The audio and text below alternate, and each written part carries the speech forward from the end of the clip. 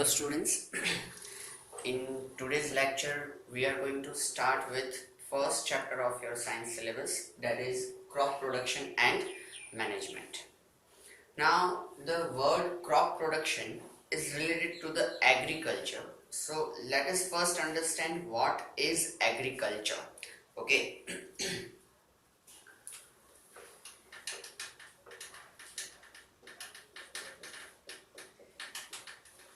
So we can say that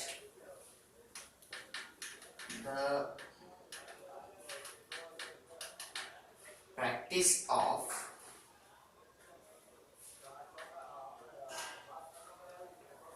growing plants and rearing animals on large scale for food,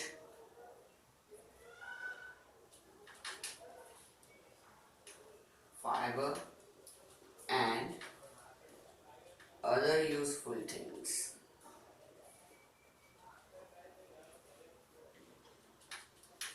is called agriculture. Okay.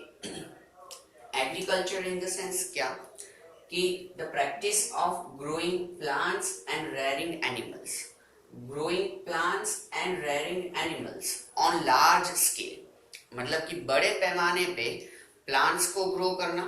ठीक है, जैसे कि for example wheat हम consider कर ले तो पूरा फील्ड जो होगा उसमें वीट ग्रो किया जाएगा. ठीक है, तो on large scale production of wheat will be there, as well as rearing animals. Rearing animals, तो रेयरिंग एनिमल्स का मतलब होता है एनिमल्स का पालन पोषण करना. ठीक है, तो हमें पता है कि हमेशा फार्मिंग के साथ में फार्मर्स जो है वो साथ में कुछ ना कुछ एनिमल्स के रिलेटेड एक्टिविटीज करते हैं. जैसे कि वो बड़े पैमाने पे काउस वगैरह अपने साथ में रखेंगे, काउस एंड बफेलोज, और उसका मिल्क यील्डिंग एनिमल्स है तो उसका मिल्क निकाल के वो क्या करेंगे, उसको सेल करेंगे. ठीक है, कई फार्मर्स जो है वो क्या करेंगे कि अपने साथ में जैसे कि पोल्ट्री फार्म डेवलप करके रखेंगे, यानी कि सारे चिकन्स उसमें ग्रो करेंगे, मतलब उनको डेवलप करेंगे, उनके एग्स हैं, चिकन्स हैं, उनको सेल करेंगे. ठीक है, तो that will be also considered as a rearing of animals. फिर शिप है, ठीक है, उनको रखेंगे, उनका हम कह सकते हैं कि केयर करेंगे, रेयरिंग करेंगे. ठीक है, और फिर उनमें से जो वुल निकलता है उसको वो सेल करेंगे, तो that will be considered as a rearing of animals. It's also a part of agriculture, क्योंकि प्लांट्स के ग्रोइंग के साथ में ही रेयरिंग एनिमल्स चलता है parallelly. That's why practice of growing plants and rearing animals on large scale for food, fibre and other useful thing. ये किसके लिए किया जाता है? For getting a food.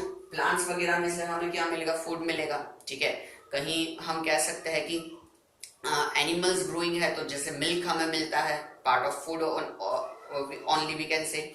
ठीक है, फिर जैसे कि ये पोल्ट्री फार्म हमने देखा तो चिकन मिल रहा है, एग मिल रहा है, that is also a kind of food we can say. Okay, तो इससे हमें फूड मिलता है.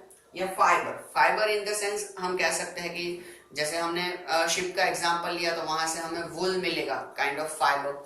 जूट हम कंसीडर करें तो उसमें से फाइबर मिलता है. ठीक है, कॉटन का हम प्लांटिंग करते हैं तो कॉटन जो मिलता है हमें, ठीक है, वो भी उसमें से भी फाइबर हमें मिल सकता है. ठीक है, तो फाइबर हमें वहां से मिल सकता है एंड अदर यूजफुल थिंग्स, और कई सारी हमें अलग अलग यूजफुल चीजें इन एग्रीकल्चर से मिल सकती है. So that kind of practice is known as agriculture. ठीक है, तो this is the agriculture.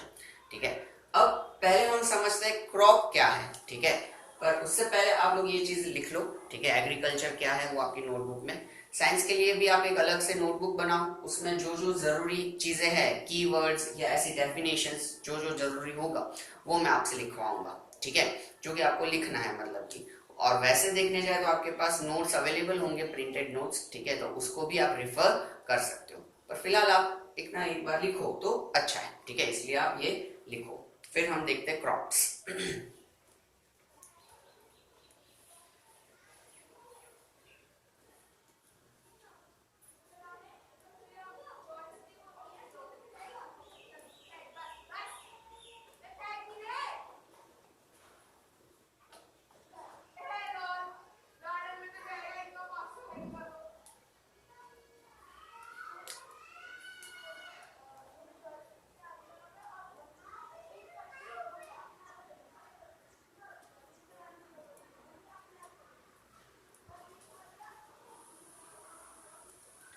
Okay, hopefully आपने लिख लिया होगा ये।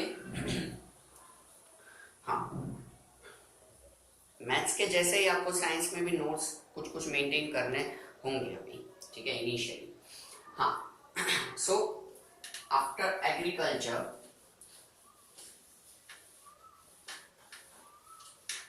Let us understand what is crop, और उसके बाद हम ये चैप्टर का नेम डीपली समझते हैं कि क्या है चैप्टर में और क्यों ये रखा गया है।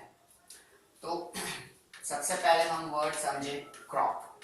क्रॉप क्या होता है? तो crop in the sense we can say that the plants of same kind cultivated on a large area of land for again food, fodder,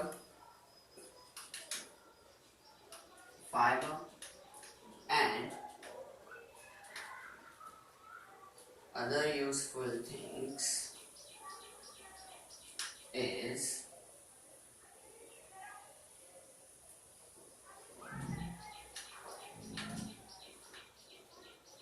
called crop. Okay, crop in the sense क्या कि the plant of same kind, एक ही तरीके के plants, ठीक है, cultivated यानी कि grow किए जाते हैं on the large area of land, बड़े से लैंड पे same kind of crops grow किए जाए, ठीक है। जैसे हमने डिस्कस किया कि पूरा बड़ा सा फील्ड है हमारे पास, ठीक है, काफी लार्ज एरिया है, पूरे के पूरे फील्ड में अगर हमने लार्ज स्केल पे सिर्फ व्हीट ग्रो किया है तो that will be considered as a crop of wheat, ठीक है।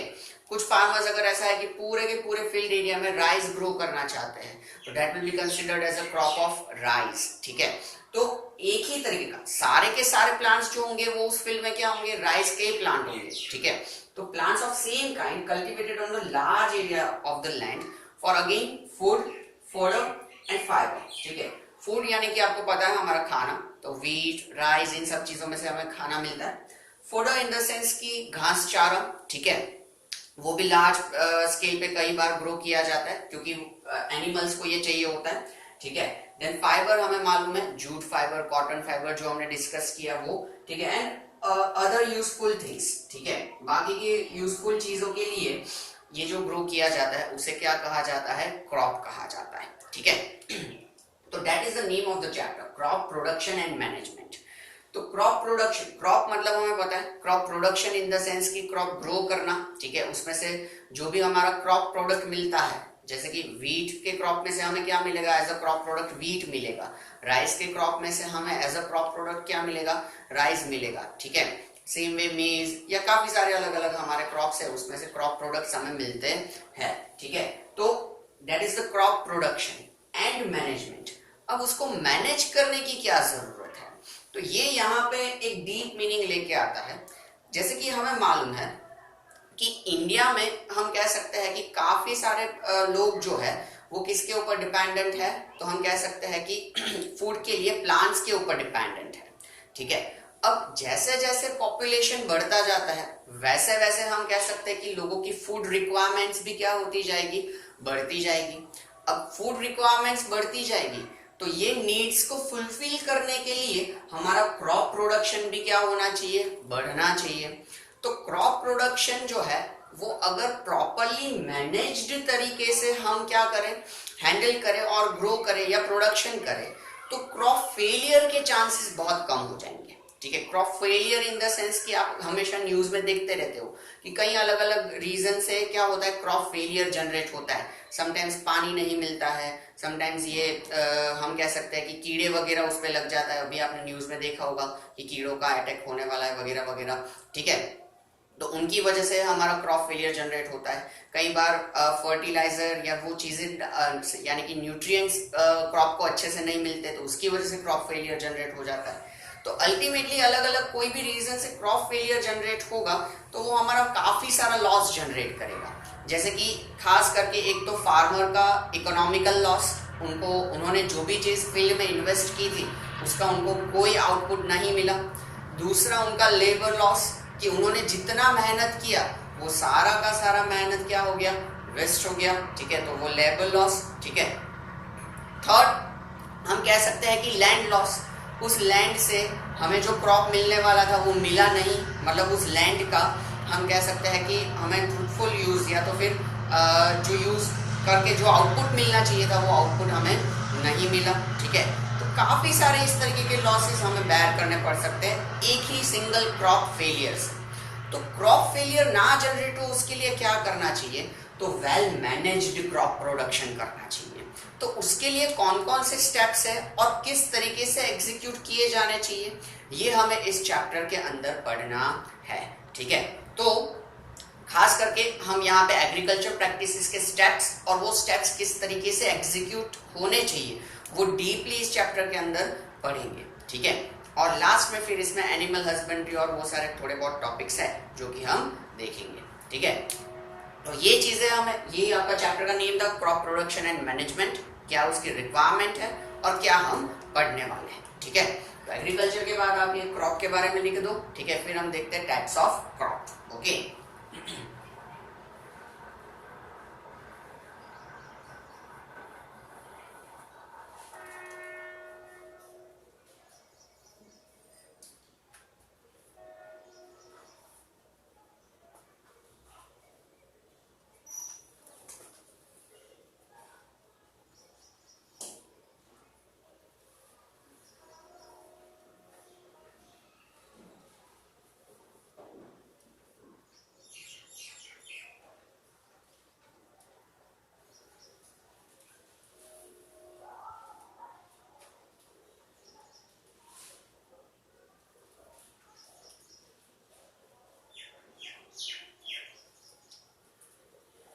ओके स्टूडेंट्स, अब आप सब लोगों के पास नोट्स होंगे, तो नोट्स में आप देख सकते हो कि एक हमने क्रॉप टाइप्स ऑफ क्रॉप के लिए एक टेबुलेशन दिया हुआ है, तो वो हम पहले समझते हैं, फिर सीजन के हिसाब से क्रॉप्स का क्या क्लासिफिकेशन है वो देखते हैं। तो देखो टेबल में सबसे पहले क्या दिया गया है, सीरियल्स, ठीक है। तो सीरियल क्रॉप्स जो है उनमें से जनरली हमें मिलता है कार्बोहाइड्रेट, ठीक है, जो कि हमारा एसेंशियल न्यूट्रिएंट है हमारे बॉडी के लिए। तो देखो उसके सीरियल क्रॉप्स के एग्जांपल्स क्या क्या है, वीट, बार्ले, राइस, मेज, ओट्स, मिलेट्स, ये सारे जो है वो क्या है, सीरियल क्रॉप के एग्जांपल्स हैं, ठीक है। फिर नेक्स्ट जो है दैट इज द पल्सेस, यानी कि हमारे लेग्यूम्स, जिनसे हमें सबसे ज्यादा प्रपोर्शन में प्रोटीन मिलता है, ठीक है, जो भी अगेन हमारा एसेंशियल न्यूट्रिएंट है हमारे बॉडी का। तो पल्सेस के एग्जांपल्स आप देखो नोट्स में कि पीज है, बीन्स है, ग्राम्स है, सोयाबीन, उड़द, लेंटिल, ये सारे जो है वो क्या है, हमारे पल्सेस है, ठीक है, जिनसे हमारे बॉडी को क्या मिलता है, प्रोटीन मिलता है, ठीक है। लेंटिन इन द सेल्स हमारा मसूर का दाल जो होता है वो, ठीक है। Then oil seeds, oil seeds in the sense कि इस सीड्स में से क्या निकलेगा, ऑयल निकलेगा, और हम अलग अलग चीजों को फ्राई करने में और उसमें ऑयल का यूज तो करते ही है। ऑयल से हमें क्या मिलेगा, फैट मिलेगा, ठीक है। तो देखो मस्टर्ड, आप लोगों ने देखा होगा मस्टर्ड ऑयल करके, अलग अलग ब्रांड्स देखे होंगे आपने, ठीक है। देन ग्राउंडनट, ग्राउंडनट ऑयल, मूंगफली का तेल हम कह सकते हैं। फिर सनफ्लावर, आप देखते हो एडवर्टाइज में sunflower oil, soybean and coconut, ये सारे हमारे क्या है, ऑयल यील्डिंग प्लांट्स है जो हमें ऑयल देते हैं, ठीक है। Then tuber crops, tuber crops में हमारे पास है पोटैटो एंड टैपियोका, ठीक है, जो ट्यूबर फॉर्म में हमारे पास अवेलेबल होते हैं। और ट्यूबर क्रॉप्स में से खास करके हमें क्या मिलता है, स्टार्च मिलता है, ठीक है। Then sugar crops, name itself suggest कि इनमें से हमें क्या मिलेगा, ऑफ कोर्स शुगर हम उसमें से डिराइव कर सकते हैं, that is sugarcane and beetroot, ठीक है, कि जिनमें से हमें खास करके शुगर मिलेगा और थोड़े प्रोपोर्शन में कार्बोहाइड्रेट मिलेगा, ठीक है।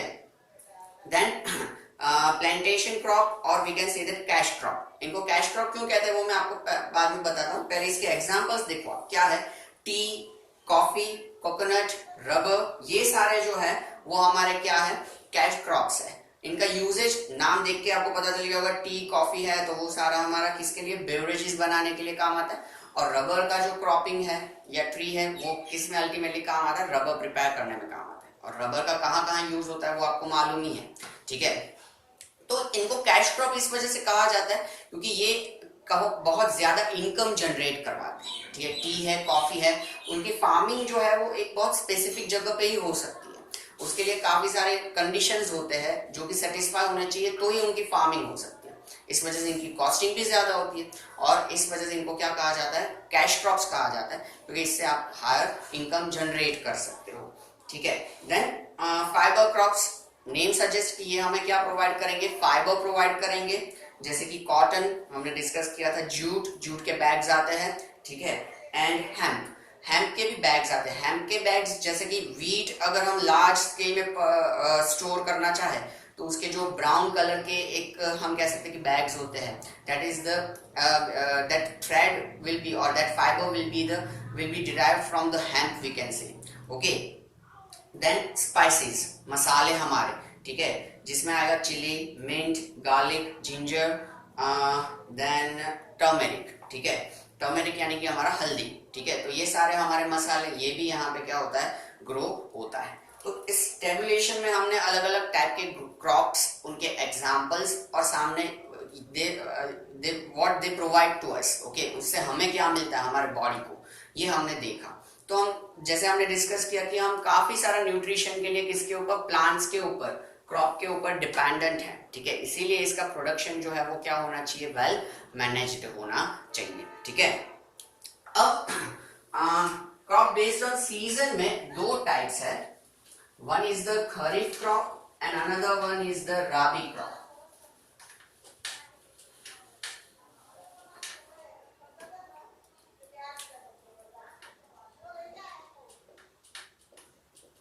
खरीफ क्रॉप जो है, ठीक है, वो जनरली क्या किया जाता है, they are grown in rainy season, okay. Kharif crop को क्या किया जाता है, रेनी सीजन में ग्रो किया जाता है। देन हाँ सॉरी, खरीफ क्रॉप जो है उनको रेनी सीजन में ग्रो किया जाता है। देन उनका कल्टीवेशन जो है वो जनरली रेनी सीजन कब शुरू होता है, जून जुलाई मंथ में होता है। तो वो ड्यूरेशन में क्या किया जाता है, इनका कल्टीवेशन किया जाता है। और हार्वेस्टिंग हमारा रेनी सीजन कब खत्म होता है, सितंबर अक्टूबर या अक्टूबर नवंबर मंथ में ये खत्म होता है। तो ये सितंबर अक्टूबर मंथ में क्या किया जाता है, इसका हार्वेस्टिंग किया जाता है। कल्टीवेशन यानी कि ग्रो, ठीक है, इसको ग्रो कब किया जाता है, तो जून जुलाई में ग्रो किया जाता है, ठीक है। उनका सीड सोइंग या सीड प्लांटेशन, ये सारी चीजें जून जुलाई में की जाती है। और हार्वेस्टिंग यानी कि जब हमारा क्रॉप जो है वो सफिशिएंट अच्छे से ग्रो हो जाए, ठीक है, उसमें क्रॉप प्रोडक्ट अच्छे से लग जाए, उसका भी अच्छे से डेवलपमेंट हो जाए, then it is time to collect the crop product. अब उसको कलेक्ट करने का टाइम है। तो that process of collection of crop product will be known as harvesting. Harvesting किसे कहते हैं, कि क्रॉप प्रोडक्ट को कलेक्ट करना, that will be known as harvesting. तो सितंबर अक्टूबर में क्या किया जाता है, इसका हार्वेस्टिंग किया जाता है। इसको रेनी सीजन में क्यों ग्रो किया जाता है, उसका रीजन यही है कि इट रिक्वायर्स मोर वाटर,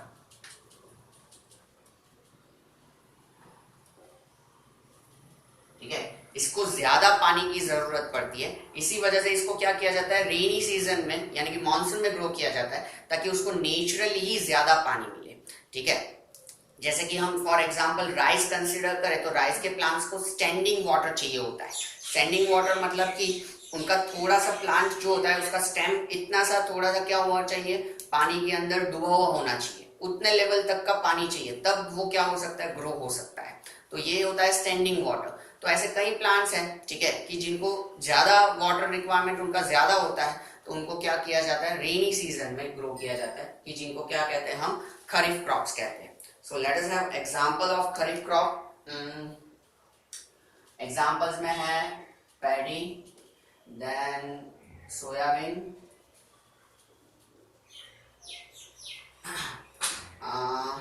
और कॉटन हम कह सकते हैं, एंड मेज भी, ठीक है। खरीफ क्रॉप के एग्जाम्पल्स हैं। एग्जाम्पल्स आपको खास याद रखने हैं, ठीक है, मुझे याद नहीं रहते लेकिन आपको याद रखने हैं, क्योंकि खरीफ क्रॉप और रबी क्रॉप के एग्जाम्पल्स मिसमैच ना हो जाए, ठीक है। तो ये एग्जाम्पल्स हुए आपके खरीफ क्रॉप के, ठीक है, और खरीफ क्रॉप। फिर आप ये लिख लो, फिर हम देखते हैं रबी क्रॉप।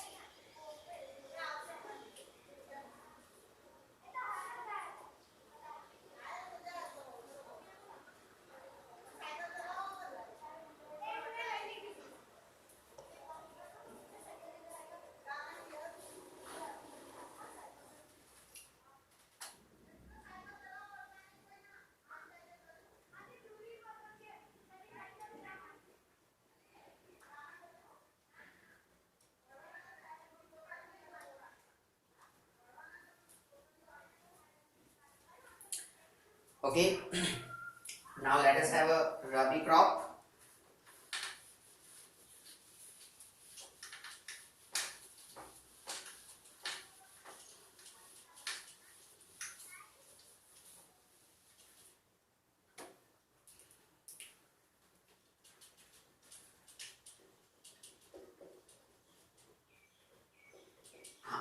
रबी क्रॉप्स जो है उनको generally they are grown in winter season. Okay, उनको कब ग्रो किया जाता है? विंटर सीजन में ग्रो किया जाता है। मतलब कि हम कह सकते हैं कि उनका कल्टीवेशन है वो कब किया जाएगा? कल्टीवेशन विंटर सीजन हमारा कब शुरू होता है? नवंबर दिसंबर में शुरू होता है, ठीक है। तो नवंबर दिसंबर मंथ में इनका क्या किया जाएगा? कल्टीवेशन किया जाएगा और हार्वेस्टिंग उनका कब किया जाएगा? तो हमारा ये विंटर सीजन अप्रोक्सीमेटली कब खत्म होता है? मार्च अप्रैल, ठीक है। तो मार्च अप्रैल में इनका क्या किया जाता है? हार्वेस्टिंग किया जाता है, ठीक है। तो this are the rabi crops. Rabi crops जो होता है उनका वाटर रिक्वायरमेंट कम होता है, उतना ज्यादा पानी उनको नहीं चाहिए होता है, इसलिए उनको कब ग्रो किया जाता है? विंटर सीजन में ग्रो किया जाता है, ठीक है।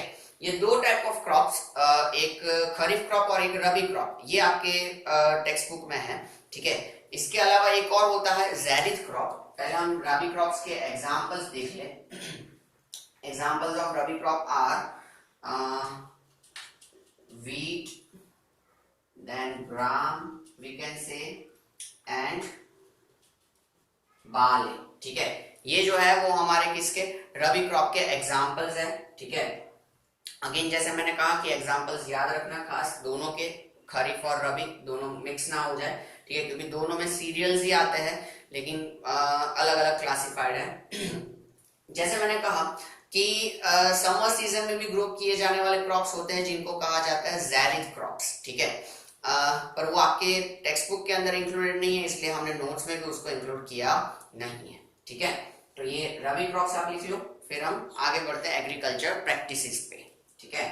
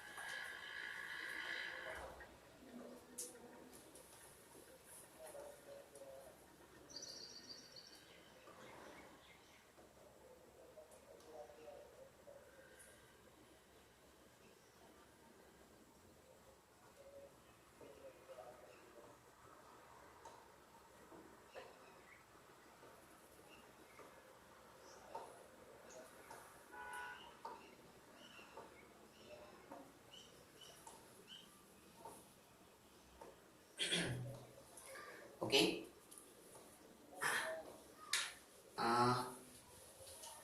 After this let us proceed with the agriculture practices.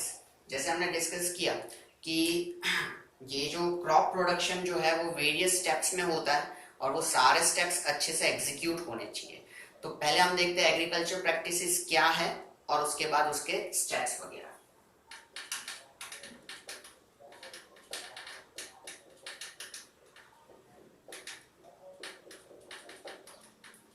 Agriculture practices. So we can say that the various steps performed by farmer to produce good crops or good crop production is called agriculture practices.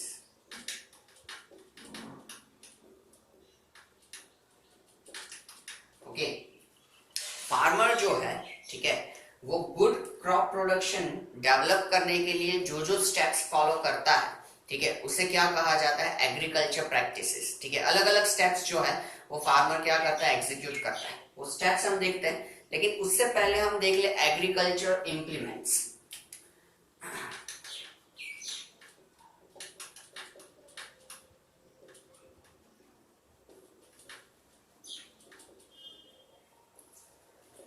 अब agriculture implements in the sense क्या कि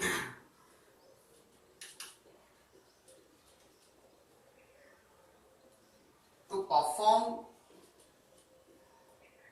various task farmer needs some tools. These tools are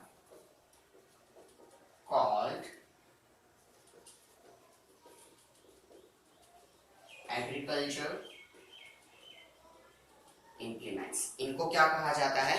agriculture implements कहा जाता है। ठीक है, ऐसे ऐसे टूल्स, कुछ फार्मर को अपने अपने क्रॉप प्रोडक्शन के लिए टूल्स चाहिए होते हैं, उन टूल्स को क्या कहा जाता है?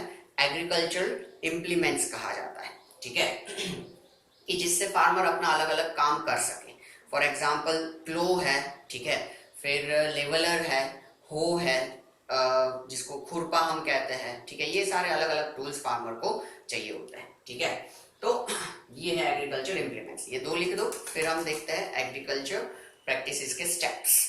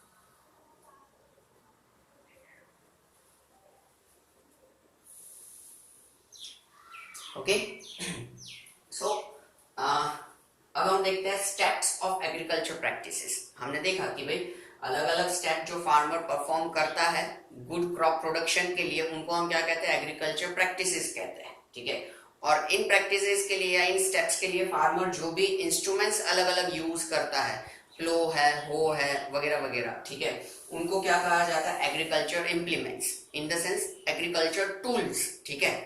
अब देखते हैं कि ये स्टेप्स क्या क्या है एग्रीकल्चर प्रैक्टिसेस की।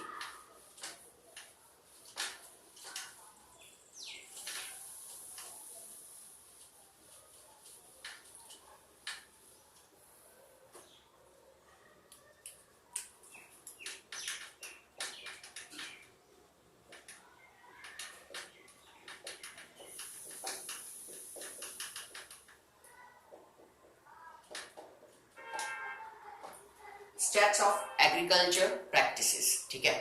तो सबसे पहला स्टेप है प्रिपरेशन ऑफ सॉइल, ठीक है। सबसे पहला step preparation of soil. Soil जो है वो एक ही ऐसा मीडियम है कि जहां से प्लांट क्या करेगा, सारे न्यूट्रिएंट्स, वाटर, ये सारी चीजें कंज्यूम करेगा, और ये सारी चीजें प्रॉपर होगी तो प्लांट प्रॉपरली क्या हो पाएगा? ग्रो हो पाएगा, ठीक है। इसी वजह से सबसे पहला स्टेप आता है प्रिपरेशन ऑफ सॉइल। क्रॉप लगने के बाद हम सॉइल को प्रिपेयर नहीं कर सकते, इसलिए पहले सॉइल को प्रिपेयर किया जाता है, बाद में आगे के स्टेप्स किए जाते हैं, ठीक है। So second step is selection and sowing of seeds. Seeds यानी कि आपको पता ही है, ठीक है, सीड्स हम जब बीज बोएंगे तब भी जाके हमारा क्या होगा? प्लांट निकलेगा, उसमें से जर्मिनेशन होगा, ठीक है। तो वो सीड्स का सिलेक्शन, खास करके उसका सिलेक्शन बहुत इंपॉर्टेंट है। कौन से ब्रीड के कैसे सीड्स हम सिलेक्ट करते हैं, उस टाइप का प्लांट हमारा क्या होगा? डेवलप होगा या क्रॉप डेवलप होगा। एंड सोइंग यानी कि बीज बोना, ठीक है। तो selection and sowing of seed will be the second task. Then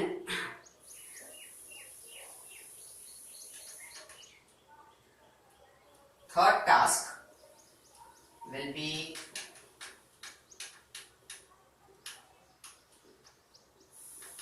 adding manure and fertilizer, ठीक है। अब कई बार ऐसा होता है कि हमारा जो लैंड होता है या जमीन जो होता है, ठीक है, फील्ड का, वो काफी बार यूज करने की वजह से उसमें न्यूट्रिएंट्स जो होते हैं वो सफिशिएंट नहीं रहते हैं, ठीक है। तो वो सफिशिएंट न्यूट्रिएंट्स प्लांट्स को, क्रॉप्स को मिलते रहे, ठीक है, उसकी वजह से उसके लिए हमें क्या करना पड़ता है? मैन्योर और फर्टिलाइजर इसके अंदर ऐड करने पड़ते हैं, ठीक है। तो that is the third step, adding manure and fertiliser, okay. Just excuse मी।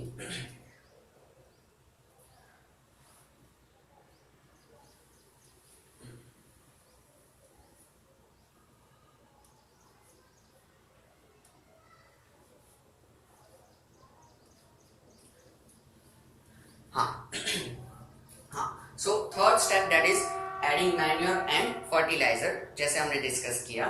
फिर फोर्थ स्टेप इज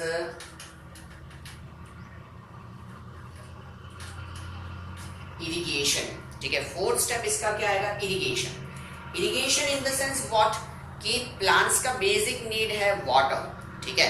हमें पता है कि जैसे ही हम प्लांट जो है वो इम्प्लांट करते हैं, जस्ट अ मिनट,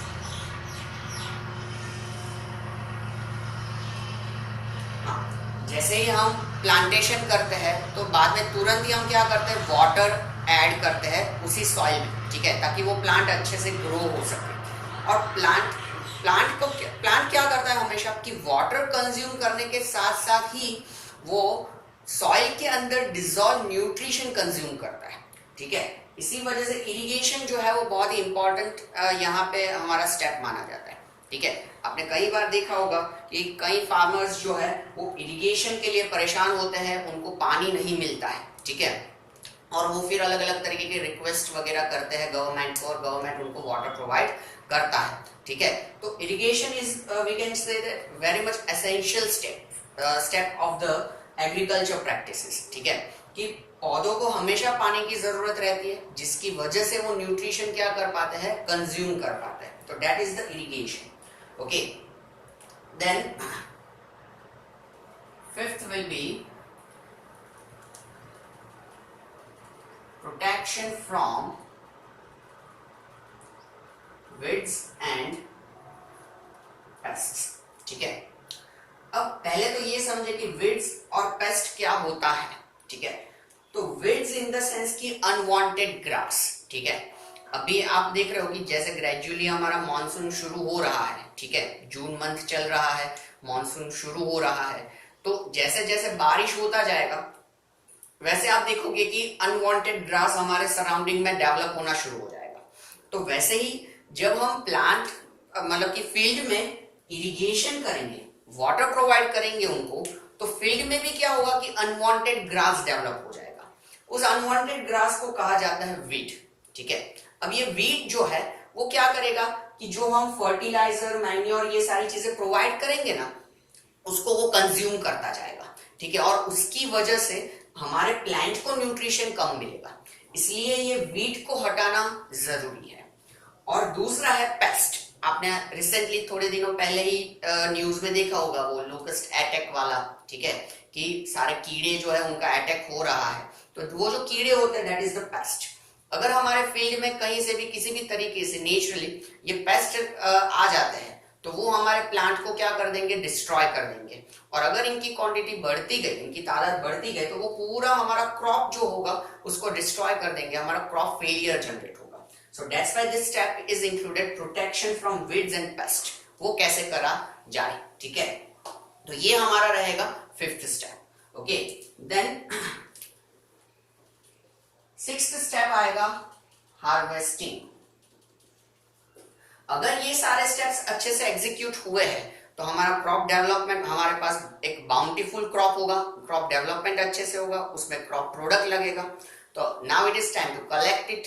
तो उसके लिए जो टास्क होता है उसको कहा जाता है harvesting. Then last that is the storage. ठीक है, कि हार्वेस्टेड क्रॉप प्रोडक्ट जो है, कलेक्टेड क्रॉप प्रोडक्ट जो है, उसको स्टोर करना भी बहुत इंपॉर्टेंट है. ये भी आपने अभी न्यूज में देखा होगा क्या कि ड्यू टू हैवी रेन इतना इतना क्रॉप प्रोडक्ट जो है वो भीग गया. ठीक है, इतने सारे कलेक्टेड क्रॉप प्रोडक्ट जो है वो सारे बैग्स जो है वो खुले रखे थे, भीग गए सारे, इतना क्रॉप प्रोडक्ट लॉस हो गया हमारा, वगैरह वगैरह. ठीक है, क्यों? क्योंकि उनका स्टोरेज प्रॉपरली नहीं किया गया था. उनको फार्मर्स को क्या करना पड़ेगा, कलेक्ट करके खुश नहीं हो जाना है, उसको अच्छे से क्या करना पड़ता है, स्टोर भी करना पड़ता है. ठीक है, तो this are the 7 essential steps for the agriculture practices. इस चैप्टर के अंदर हमें यही सारे स्टेप्स पढ़ने हैं. ठीक है, तो अब नेक्स्ट लेक्चर से हम क्या करेंगे, ये एक एक स्टेप जो है उसको लेते जाएंगे और अच्छे से डीपली समझते जाएंगे. ठीक है, जैसे कि प्रिपरेशन ऑफ सॉइल में क्या क्या आता है. ठीक है, तो ग्लोइंग और लेवलिंग आता है, वो डीप में समझेंगे. फिर ये सिलेक्शन ऑफ सीड्स क्या होता है, सीड सोइंग के अलग अलग मेथड्स क्या है वो हम समझेंगे. मैन्योर क्या है, फर्टिलाइजर क्या है, क्यों ऐड करना पड़ता है वो हम देखेंगे. इरिगेशन के अलग अलग मेथड्स. इरिगेशन मतलब हमें इतना पता चल गया कि भाई पौधों को पानी देना, लेकिन कैसे, क्योंकि यहाँ तो बड़ा सा फील्ड है. ठीक है, किचन गार्डन नहीं है कि हम एक बकेट और टम्बलर लेके गए और डाल दिया, या वो हमारा जो फवारे वाला होता है वो लेके गए और डाल दिया. ठीक है, वैसा नहीं हो सकता यहाँ पे. तो ये तो पूरा बड़ा सा हमारे पास फील्ड है. तो इरिगेशन कैसे करना है, उसके मेथड्स है अलग अलग, वो हम इसके अंदर देखेंगे. और इसमें भी 2 तरीके के, ट्रेडिशनल मेथड जो बाबा आदम जमाने के मेथड्स है, और मॉडर्न मेथड्स जो अपने लेटेस्ट टेक्नोलॉजी वाले टेक्नोलॉजिकल मेथड्स है कि जिसमें लेबर वर्क कम होता है, वो हम देखेंगे इरिगेशन में. Then protection from weeds and pest. जैसे मैंने कहा कि वीड्स यानी कि अनवांटेड ग्रास, पेस्ट यानी कि कीड़े, दोनों हमारे क्रॉप को डिस्ट्रॉय कर सकते हैं. तो उससे हम क्रॉप को किस तरीके से प्रोटेक्ट कर सकते हैं वो हम देखेंगे. देन हार्वेस्टिंग, किस तरीके से हम कम मेहनत में प्लांट का हार्वेस्टिंग कर सकते हैं. ठीक है, एक प्लांट लेने जाएंगे तो काफी टाइम लगेगा, इसलिए क्या क्या मेथड्स अवेलेबल है हार्वेस्टिंग में. और स्टोरेज के लिए क्या क्या ध्यान रखना है फार्मर को. ये सारे स्टेप्स हम डीपली अब नेक्स्ट लेक्चर से शुरू करेंगे चैप्टर में. ठीक है, तो फिलहाल आप ये स्टेप्स ऑफ एग्रीकल्चर प्रैक्टिसेस अच्छे से लिख लीजिए. ठीक है, that will be end of the lecture. And फिर मिलते हैं नेक्स्ट लेक्चर में, प्रिपरेशन ऑफ सॉइल से हम शुरू करेंगे. ठीक है, see you soon in next lecture. Take care.